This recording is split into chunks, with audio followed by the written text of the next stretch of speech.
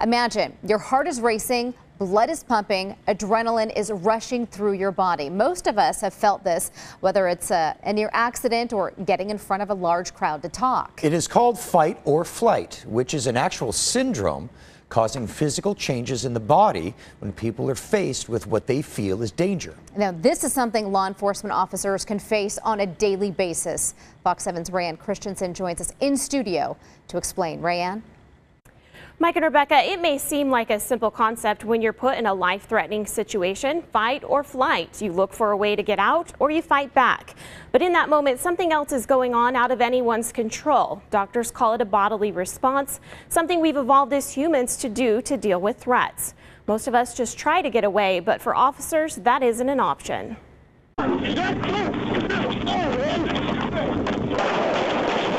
Happening in less than 5 seconds and only a minute after responding to the call. Austin police officer Armando Perez was shot. For every interaction, every situation can happen in a split second. Wounded, seconds he has to make the decision to fight for his own life and those around him. He returns fire, killing the suspect. That officer was still able to do what he was trained to do, and ultimately that was to go home at the end of that particular day. Sergeant Christopher Davis has been working for APD for nearly 12 years. He says in those split-second moments, the training of Officer Perez kicked in. Just the mindset, his willingness to win is something, a resolve that we see that's it's something that's taught here at the Academy. With response to resistance, a normal person will immediately respond with emotion first, then act, and lastly think. As officers, they are trained to first think, then act, and lastly emotion can come in. In the APD Academy, cadets log nearly 1,300 hours of training in a 32-week-long course. More than half of that time is given to use of force training. But what many may not know is what officers and anyone really goes through when we are put in situations we think are life or death. Dr. Art Markman is a professor of psychology at the University of Texas. We're engaging the sympathetic nervous system, and that's that they call that the fight or flight system. Fight or flight, a physical reaction in the human body when something is terrifying mentally or physically. This is the body's reaction to protect itself. So the brain is engaged in focusing attention on specific things that might help you to deal with the situation. There are chemicals that are released. The term was dubbed back in the 1920s when doctors realized reactions inside the body to help deal with threatening circumstances. All systems are just trying to get us away from something really dangerous. And so we have a lot of responses that are designed to help us get away from a bad thing. But getting away isn't an option for law enforcement. And if you're a police officer and have elected to put yourself in harm's way as a result of your job. That's why they go through extensive training to help them respond and know what their body is going through.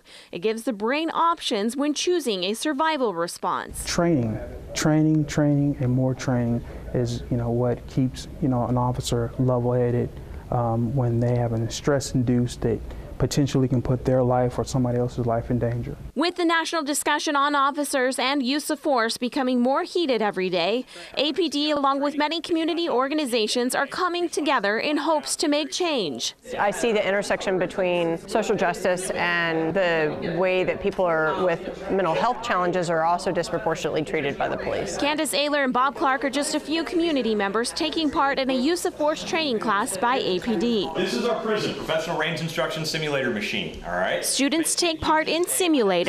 Sir! Put up, sir! Will you put up your hands, sir? Sir! How did that make you feel? I walked into a bad situation without enough information. Like I couldn't hear any of that. Many coming to recognize very quickly something happens when you're scared. Impairment. Too late. I'm gonna kill her and I'm gonna kill myself.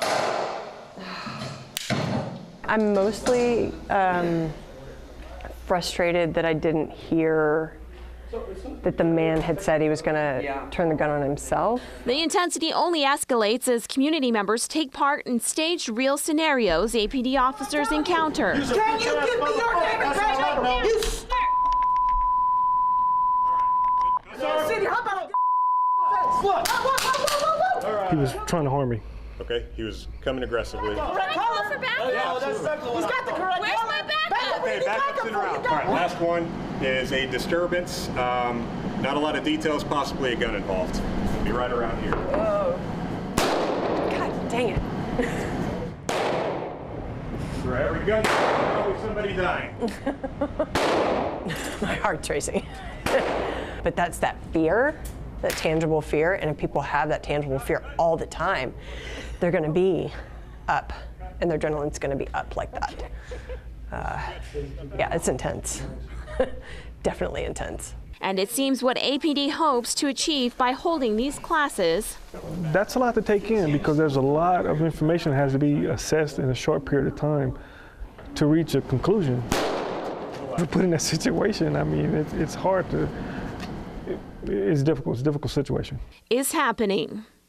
I have a feeling that people that see a lot of things that are really terrifying in the media or the perspective of how terrifying some things can be perceived in society right now, that this may be what they're feeling like all the time. That they're thinking that they're in danger all the time. Sergeant Davis says every officer has just one intention when coming into work each day. The goal is actually to help people. And their worst fear isn't losing their own life, it's taking another's. Ultimately, you never want to have to use deadly force.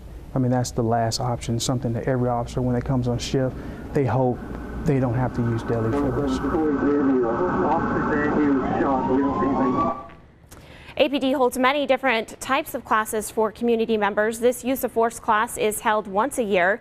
They also have a Citizens Academy. They hold multiple times a year. For more information, you can head to our website, fox7austin.com, and we will link you over.